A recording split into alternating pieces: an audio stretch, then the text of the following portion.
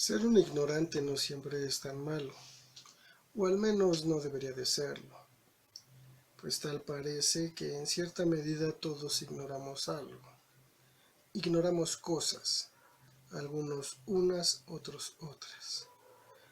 Pero estamos lejos de creer que en efecto exista alguien que logre conocer todo, poseer todo el conocimiento. Tenemos límites. Nuestro conocimiento tiene límites. Cada uno de nosotros tenemos límites, límites de conocimiento. A este respecto, Sócrates, el filósofo griego, sostenía la paradoja que tiempo después San Agustín y San Buenaventura retomarán, pero será con Nicolás de Cusa, que se estructura de una manera más formal. Esta paradoja famosa y conocida por la mayoría, la docta ignorancia. ¿Qué es la docta ignorancia? Bueno, la docta ignorancia es algo así como la ignorancia que se sabe, el reconocimiento de la propia ignorancia, aquello que sabemos que desconocemos, pero que a partir de este desconocimiento nos interesamos en conocer. De esta manera, Sócrates dará muestra de dos posicionamientos. Una forma un tanto positiva de ver a la ignorancia, que será esta, la que mencionamos, el reconocimiento de la propia ignorancia en aras de aprender, de conocer, de no detenerse. Mientras más ignoro, me doy cuenta de que más conozco, y mientras más conozco, me doy cuenta de que más ignoro. Por eso es paradójico. Esta será una forma, como dije, un tanto positiva. Pero también existe una manera un tanto negativa de la ignorancia. Esta manera negativa será el no saber que ignoramos, el no reconocer que ignoramos. Pero no solamente el no reconocer que ignoramos, sino aparte de no reconocerlo, creer que sabemos. Creer que sabemos algo que en realidad ignoramos. El dar por hecho las cosas. Y esto, diría Sócrates, es un tanto peligroso. Es peligroso porque andamos por la vida dando por hecho cosas que desconocemos. Y es peligroso porque varios a los que se las compartimos también lo dan por hecho. Dan por hecho algo que nosotros desconocemos, que ellos también desconocen y que no sabemos si en realidad es cierto. En épocas como estas, épocas de temores, de pandemias, de exceso de información, y con exceso de información también viene la desinformación, nos encontramos tal vez frente a ambas formas de asumir la ignorancia un tanto de forma positiva como la ignorancia un tanto de forma negativa.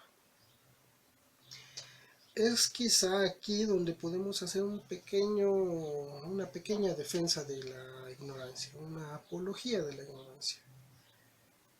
A veces ignorar no es malo.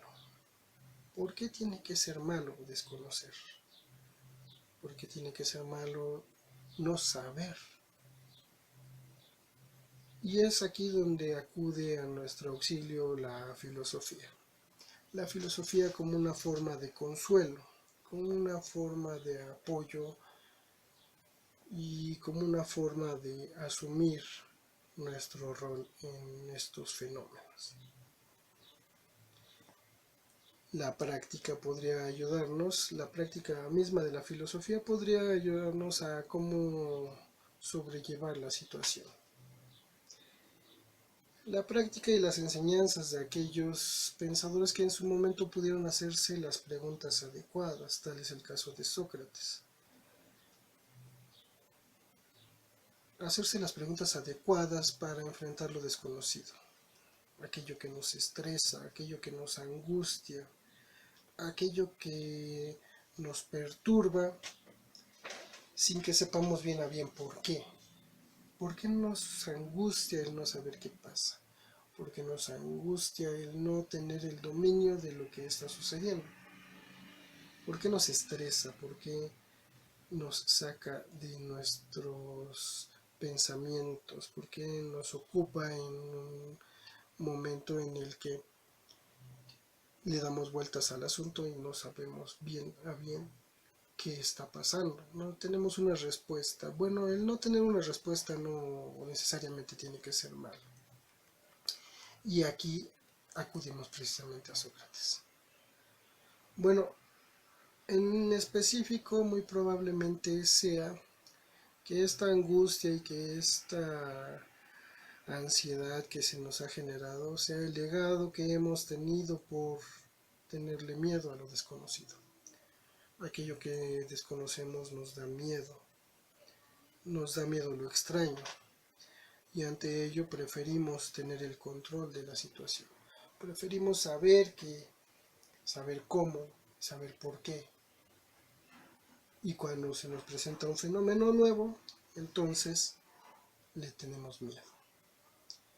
Bueno, no sé si en algún momento sucedió de la misma forma, pero sé que en la antigüedad eh, así fue como empezaron a surgir los mitos, a medida de que desconocíamos los fenómenos y entonces asignándole respuestas, asignándole atributos, asignándole nombres, teníamos nosotros una relación con ese fenómeno, y en esta relación nosotros teníamos una forma de estar seguros de por qué pasan las cosas, una forma de tener garantía, de tener dominio y de tener el control. Le tememos aquello que no poseemos, y en esta forma, si nosotros lo nombramos, entonces podría ser que ya lo poseemos, ya por lo menos tenemos una idea de aquello. Ese conocimiento que no es mío y que no sé qué es y no sé qué está provocando, no sé qué pasará.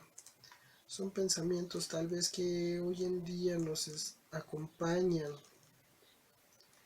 Sin embargo, pocos de nosotros nos jactamos de respirar profundamente y responder, no lo sé.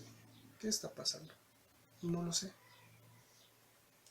Pocos nos atrevemos a hacer afirmaciones de esta forma, porque tal parece que todos tienen una idea, todos tienen un conocimiento, todos saben qué es lo que está pasando, y esa teoría que tienen la mayoría puede hacerse creer por válida. Al momento en el que todos tienen una verdad, diría Nietzsche, tal vez ninguno la tenga.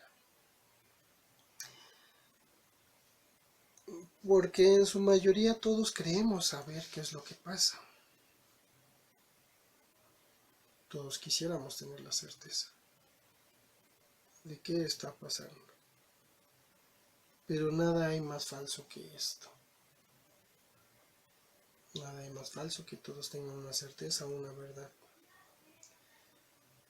Cuando los mismos expertos se han puesto a dudar, cuestionar, indagar e investigar al asunto, ¿qué nos faculta a nosotros el creer que sabemos más que ellos? El creer que tenemos un mayor dominio del tema. ¿Qué nos hace creer a nosotros que una nota de Facebook es la verdad? Una nota de las redes sociales. ¿Qué es lo que nos hace creer que nuestra propia opinión es verdadera? ¿O es más verdadera que las de los otros? ¿Quién nos hace creer que sabemos? ¿Qué es lo que nos hace creer que sabemos? ¿O serán todos los medios? ¿O será la cantidad de información la que nos hace pensar que sabemos? Tal vez es en momentos como este en donde debería de ocuparse a la filosofía para resguardarnos en el ejercicio de la templanza y la prudencia. Hay que ser prudentes y así tal vez podríamos combatir la incertidumbre y el estrés que se nos ha ocasionado o que se nos puede haber generado al momento de recibir tanta información, pero con tan poca certeza. Es quizá en momentos como estos en los que tendremos que luchar no solo contra la desinformación y las miles de opiniones, sino también contra nuestro propio ego. No es necesario tener que saber siempre todo. A veces es aún mejor el reconocer que no sabemos. El no saber no siempre resulta tan mal. Y a veces, como en el caso de Sócrates, resulta hasta mejor. El reconocer que desconocemos algo puede ayudarnos a tranquilizarnos, pero sobre todo a ser prudentes frente a lo que se nos dice. Antes de afirmar y negar, podemos reflexionar, cuestionar y sobre todo analizar. ¿Qué de lo que se nos dice es digno de ser pensado